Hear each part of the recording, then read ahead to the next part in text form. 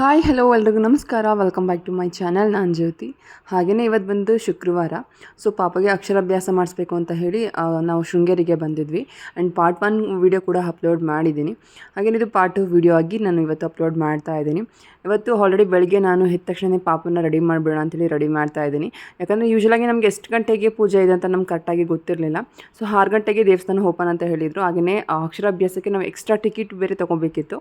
ಸರಿ ಆಯಿತು, ಬೇಗ ರೆಡಿ ಆಗೋಣ ಅಂತೇಳಿ ಎಲ್ಲರೂ ಕೂಡ ಬೇಗನೆ ಎದ್ದು ಬೇಗ ಎಲ್ಲ ರೆಡಿ ಆಗಿ ಸೊ ದೇವಸ್ಥಾನಕ್ಕೆ ಹೊರಟಿದ್ದೀವಿ. ನಾವು ಮಾಡ್ಕೊಂಡಿದ್ದಂತಹ ರೂಮ್ ಬಂದು ದೇವಸ್ಥಾನ ಏನಿದೆ ಆಪೋಸಿಟ್ ರೂಮೇನೇ ಮಾಡ್ಕೊಂಡಿದ್ವಿ. ತುಂಬಾ ಹತ್ತಿರ ಇತ್ತು ಆ ದೇವಸ್ಥಾನಕ್ಕೆ. ಆ್ಯಂಡ್ ಅದರಿಂದ ಸ್ವಲ್ಪ ಹೆಲ್ಪ್ ಕೂಡ ಆಯಿತು ನನಗೆ. ಸೊ ಹಾಗೆಯೇ ನಮಗೆ ಶೃಂಗೇರಿಗೆ ನನಗೆ ಬೇಸಿಕಲಿ ಚಿಕ್ಕ ವಯಸ್ಸಲ್ಲಿ ಹೋಗಿದ್ದು ನೆನಪಿತ್ತು. ಸೊ ಹಾಗೆ ಎಂಟ್ರೆನ್ಸ್ ಎಲ್ಲಿದೆ ಆ್ಯಂಡ್ ಅಕ್ಷರಾಭ್ಯಾಸಕ್ಕೆ ಟಿಕೆಟ್ ಎಲ್ಲಿ ತೊಗೋಬೇಕು ಅನ್ನೋದೆಲ್ಲ ನನಗೆ ಗೊತ್ತಿರಲಿಲ್ಲ. ಸೊ ಅದಕ್ಕಾಗಿ ಬೆಳಗ್ಗೆ ಎದ್ದ ತಕ್ಷಣ ಹೋಗಿ ಎಲ್ಲನೂ ನಾವು ತಿಳ್ಕೊಬೋದು ಅಂತೇಳಿ ಬೇಗನೆ ಎದ್ದು ಎಲ್ಲ ರೆಡಿಯಾಗಿ ಹೊರಟಿದ್ವಿ. ಹಾಗೆಯೇ ಪಾಪಗೆ ಈ ಧೋತಿ ಹಾಗೆಯೇ ಈ ಶರ್ಟ್ ಎಲ್ಲ ನಾನು ಆನ್ಲೈನಲ್ಲಿ ತರಿಸ್ಕೊಂಡಿದ್ದೆ ಅಂತ ನಿಮಗೆ ಲಾಸ್ಟ್ ಟೈಮ್ ತೋರಿಸಿದೆ. ತುಂಬಾ ಚೆನ್ನಾಗಿ ಕಾಣಿಸ್ತಾ ಇತ್ತು. ಸ್ವಲ್ಪ ದೊಡ್ಡ ಸೈಜ್ ಆಯಿತು, ಆದರೂ ಕೂಡ ತುಂಬ ಚೆನ್ನಾಗಿ ಕಾಣಿಸ್ತಾ ಇದೆ. ಆಲ್ರೆಡಿ 6:30ಗೆ ಜನ ಎಲ್ಲ ಬರೋಕ್ಕೆ ಸ್ಟಾರ್ಟ್ ಮಾಡಿಕೊಂಡ್ರು. ನಾನು ಅಂದ್ಕೊಂಡೆ ಈ ಟೈಮಲ್ಲಿ ಯಾರು ಅಷ್ಟಾಗಿ ಅಕ್ಷರಾಭ್ಯಾಸ ಮಾಡಿಸಲ್ಲ ಅಂತ ಹೇಳಿ ಈ ಟೈಮಲ್ಲಿ ನಾವು ಬಂದಿದ್ದು. ಯಾಕಂದರೆ ಸಮ್ಮರ್ ಇರೋದ್ರಿಂದ ಅಷ್ಟಾಗಿ ಯಾರೂ ಬರೋಕ್ಕೆ ಇಷ್ಟಪಡಲ್ಲ. ಏನಾದರೂ ಸ್ಕೂಲ್ ಸ್ಟಾರ್ಟ್ ಆದ್ರಲ್ವ ಮಕ್ಳುಗಳು ಬರೋದು ಅಂತೇಳಿ ನಾವು ಅಂದ್ಕೊಂಡು ಸೊ ಈ ಟೈಮಲ್ಲಿ ನಾವು ಶೃಂಗೇರಿಗೆ ಬಂದಿದ್ದಂಥದ್ದು. ಆದರೆ ನಾವು ಎಕ್ಸ್ಪೆಕ್ಟೇಷನ್ ಇಟ್ಟಿರೋ ಥರ ಏನೂ ಇರಲಿಲ್ಲ. ಯಾವಾಗಲೂ ಅಷ್ಟೇ ಇದೇ ಥರನೇ ಜನ ಜಾಸ್ತಿನೇ ಇರ್ತಾರಂತೆ ಅಕ್ಷರಾಭ್ಯಾಸಕ್ಕೆ. ಹಾಗೆಯೇ ಅಕ್ಷರಾಭ್ಯಾಸ ಮಾಡಿಸೋರು ಫಸ್ಟ್ ಈ ಥರ ಒಂದು ಟಿಕೆಟ್ನ ನೀವು 7 ಗಂಟೆಲಿ 7:15 ಹತ್ರದಲ್ಲಿ ನಮಗೆ ಈ ಥರ ಟಿಕೆಟ್ ಕೌಂಟರ್ ಓಪನ್ ಆಗುತ್ತೆ. ಆ್ಯಂಡ್ ಮಕ್ಕಳಿಗೆ ಅಕ್ಷರಾಭ್ಯಾಸ ಮಾಡಿಸುವಂತಹ ಮಕ್ಕಳನ್ನ ನೇಮ್ ಹಾಕಿ 500 ರೂಪೀಸ್ ಚಾರ್ಜ್ ಮಾಡ್ತಾರೆ. ಒಂದು ಸ್ಲೇಟ್ ಹಾಗೆಯೇ ಚಾಪಿಸ್ನ ಅವರೇನೇ ಕೊಡ್ತಾರೆ. ನೀವು ಏನು ಕೂಡ ಮನೆಯಿಂದ ತೊಗೊಂಡು ಹೋಗುವಂಥದ್ದು ಏನೂ ಇರೋದಿಲ್ಲ. ಸೊ ಅವರೇನೇ ಎಲ್ಲನೂ ಕೊಡ್ತಾರೆ 500 ರೂಪೀಸ್ ಕೊಟ್ಟರೆ. ಹಾಗೆಯೇ ಕೆಲವೊಬ್ಬರೆಲ್ಲ ಒಂದು ಬಟ್ಟೆ ಹಾಕಿದ್ದು ನೋಡಿ ತುಂಬ ಜನ ಅವನಿಗೆ ವಿಶ್ ಮಾಡ್ತಾಯಿದ್ರು, ಚೆನ್ನಾಗೋದು ಆ್ಯಂಡ್ ಒಳ್ಳೇದಾಗಲಿ, ಆಲ್ ದ ಬೆಸ್ಟ್ ಈ ಥರ ಎಲ್ಲ ಅವರು ಹೇಳ್ತಾಯಿದ್ರು. ಸೊ ಅದನ್ನ ಸ್ವಲ್ಪ ಕ್ಲಿಪ್ಪಿಂಗ್ನ ತೊಗೊಂಡೆ. ಅದನ್ನ ಫುಲ್ಲಾಗಿ ತೊಗೊಳಕ್ಕಾಗಲಿಲ್ಲ ನನಗೆ. ಸೊ ಹಾಗೆಯೇ ನಾವು ಒಳಗಡೆ ಎಂಟರ್ ಆದ್ವಿ. ಅಕ್ಷರಾಭ್ಯಾಸ ಬಂದು 8:15ಗೆ ಇತ್ತು ನಮಗೆ. ಅಂದರೆ 8:15 ನಮಗೆ ಅಕ್ಷರಾಭ್ಯಾಸ ಸ್ಟಾರ್ಟ್ ಆಗುತ್ತೆ ಅಂತ ಹೇಳಿದರು. ನಾವು ತುಂಬ ಬೇಗನೆ ಹೋದ್ವಿ, ಯಾಕಂದರೆ ದೇವಸ್ಥಾನ ಎಲ್ಲ ನೋಡ್ಬೋದಲ್ಲ ಅಂತ ಹೇಳಿ. ಹಾಗೆಯೇ ವೀಡಿಯೋ ಕೂಡ ಮಾಡ್ಕೊಳ್ಳೋದಿತ್ತು. ಬಟ್ ದೇವಸ್ಥಾನ ಒಳಗಡೆ ಗರ್ಭಗುಡಿ ಒಳಗಡೆ ಎಂಟರ್ ಇರಲಿಲ್ಲ ವೀಡಿಯೋ. ಬಟ್ ಹೊರಗಡೆ ಎಲ್ಲ ಆರಾಮಾಗಿ ನಾವು ಫೋಟೋ ಎಲ್ಲ ತೊಗೋಬೋದಿತ್ತು. ಸೊ ಆದಷ್ಟು ಎಲ್ಲ ಫೋಟೋಸ್ ಎಲ್ಲ ತೊಗೊಂಡ್ವಿ ಆ್ಯಂಡ್ ವೀಡಿಯೋ ಎಲ್ಲ ಮಾಡ್ಕೊಂಡ್ವಿ. ತುಂಬಾ ಖುಷಿ ಆಯಿತು ನನಗಂತೂ. ನನಗೆ ಅವನು ಹುಟ್ಟಾಗ್ಲೇ ಆಸೆ ಇತ್ತು ಈ ಥರ ಶೃಂಗೇರಿಗೆ ಬಂದು ಅಕ್ಷರಾಭ್ಯಾಸ ಮಾಡಿಸ್ಬೇಕು ಅಂತೇಳಿ ತುಂಬ ಆಸೆ ಇತ್ತು. ಆ್ಯಂಡ್ ಫೈನಲಿ ಅದು ಫಿಲ್ ಆಯಿತು ಅಂತೇಳಿ ಸಿಕ್ಕಾಪಟ್ಟೆ ಖುಷಿ ಆಯಿತು. ಹಾಗೆ ನಾವು ಬೆಳಿಗ್ಗೆ ದೇವಸ್ಥಾನಕ್ಕೆ ಹೋಗಿದ್ದಂತೂ ಇನ್ನೂ ಖುಷಿ ಆಯಿತು ಅಂತಲೇ ಹೇಳ್ಬೋದು. ಯಾಕಂದರೆ ಅಷ್ಟಾಗಿ ಜನ ಇದ್ದರೂ ಕೂಡ ದೇವ್ರ ದರ್ಶನ ಎಲ್ಲ ತುಂಬ ನಿಧಾನಕ್ಕೆ ತುಂಬ ನೀಟಾಗಿಯೇ ಆಯಿತು. ಆ್ಯಂಡ್ ಎಲ್ಲ ದೇವಸ್ಥಾನಗಳು ನೋಡೋ ಥರ ಆಯಿತು. ಸೊ ದೇವಸ್ಥಾನ ಸುತ್ತಮುತ್ತಲೇ ತುಂಬ ದೇವಸ್ಥಾನಗಳಿದೆ. ಅಂದರೆ ತೋರಣ ಗಣಪತಿ ಆಗಿರ್ಬೋದು, ಆಂಜನೇಯನ ದೇವಸ್ಥಾನ ಆಗಿರ್ಬೋದು, ಸುಬ್ರಹ್ಮಣ್ಯನ ದೇವಸ್ಥಾನ ಆಗಿರ್ಬೋದು, ಎಲ್ಲ ದೇವಸ್ಥಾನಗಳು ಅಕ್ಕಪಕ್ಕನೇ ಇದೆ. ನೀವೇನಾದರೂ ಈ ಥರ ಶೃಂಗೇರಿಗೆ ಹೋಗ್ತಾ ಇದ್ರೆ ಅಂದರೆ ಪ್ರತಿಯೊಂದು ದೇವರ ದರ್ಶನ ಕೂಡ ಮಾಡಿ ತುಂಬಾ ಚೆನ್ನಾಗಿರುತ್ತೆ ಆ್ಯಂಡ್ ತುಂಬಾ ಒಳ್ಳೆಯದು ಕೂಡ. ಹಾಗೆಯೇ ಎಷ್ಟು ವಯಸ್ಸಿನ ಮಕ್ಕಳಿಗೆ ಎಷ್ಟು ವರ್ಷ ತುಂಬಿದ ಮೇಲೆ ನಾವು ಮಕ್ಕಳಿಗೆ ಅಕ್ಷರಾಭ್ಯಾಸ ಮಾಡಿಸ್ಬೋದು ಅಂತ ಅಂದರೆ 2.5 ವರ್ಷ ತುಂಬಿರಬೇಕು. ಹಾಗೆಯೇ 5 ವರ್ಷದ ಒಳಗೆ ಇರುವಂತಹ ಮಕ್ಕಳಿಗೆ ಇಲ್ಲಿ ಅಕ್ಷರಾಭ್ಯಾಸನ ಮಾಡಿಸ್ಬೋದು.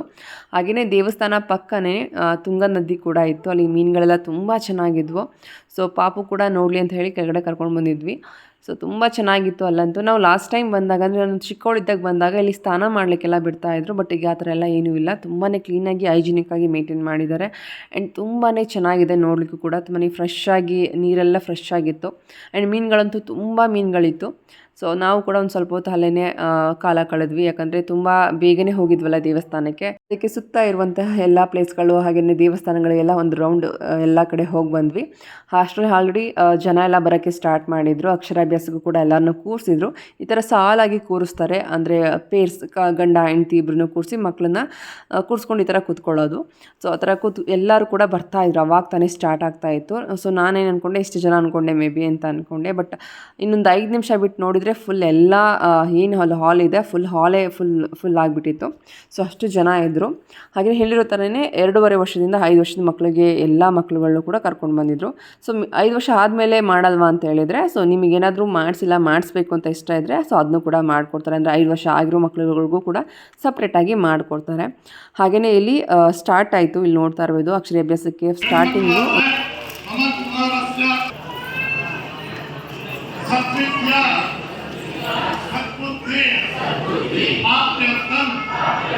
श्री शारदा रमेश्वरी प्रीत्यर्थम श्री शारदा अम्बिलो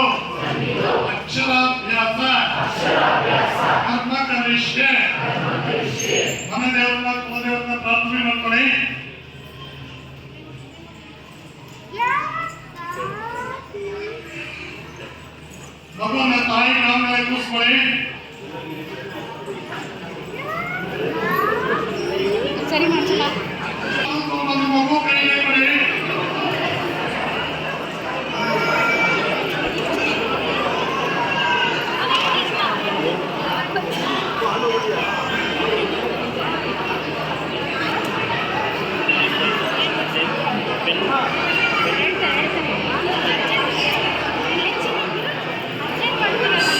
ಅಷ್ಟದ ಗೊಂಬೆಯಿಂದ ಅಕ್ಕಿ ತಟ್ಟಲ್ಲಿ ಶ್ರೀ ಗುರು ಪ್ರಿಯೋನ ಅಂತ ಮಗು ಅಡ್ಡ ಬಸ್ಸೆ ಶ್ರೀ ಗುರು ಪ್ರಿಯೋನ ಅಂತ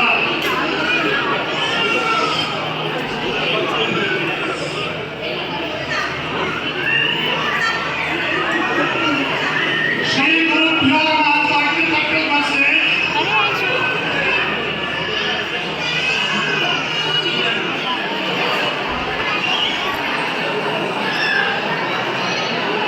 ಗಲಾಟೆ ಮಾಡಬಾರ್ದು.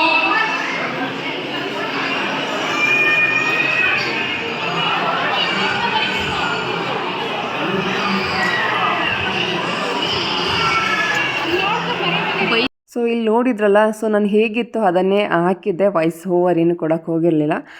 ಫಸ್ಟು ಒಂದಷ್ಟು ದೇವರ ನಾಮಗಳನ್ನ ಹೇಳಿಸ್ತಾರೆ. ಅದಾದಮೇಲೆ ಹಕ್ಕಿ ಮೇಲೆ ಈ ಥರ ಅವರು ತಾಮ್ರ ತಟ್ಟೆ ಕೊಟ್ಟು ಒಂದು ಹಕ್ಕಿನೂ ಅವರೇ ಹಾಕಿಕೊಟ್ಟು ಒಂದು ಅರ್ಶಿಣದ ಕೊಂಬನ್ನು ಕೊಟ್ಟಿರ್ತಾರೆ, ಅದರಲ್ಲಿ ನಾವು ಬರೆಸ್ಬೇಕು.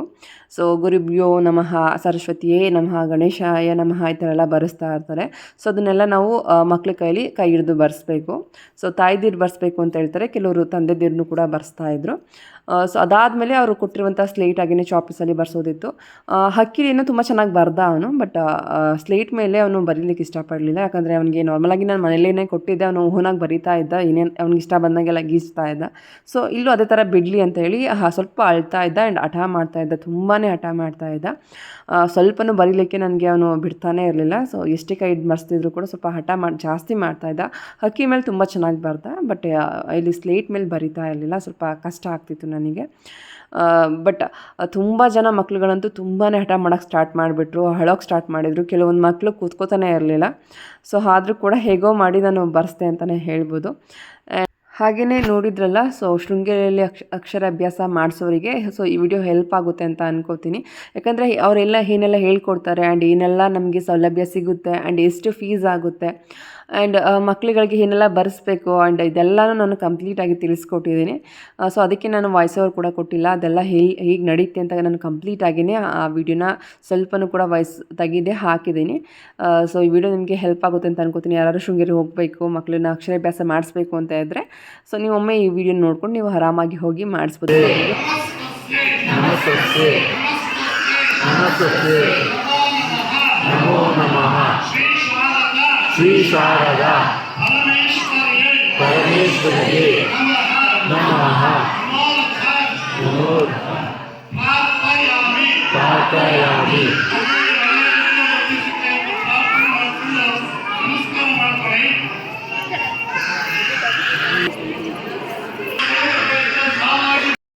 ಹಾಗೆಯೇ ಫೈನಲ್ ಆಗಿ ಈಗ ಮುಗೀತು.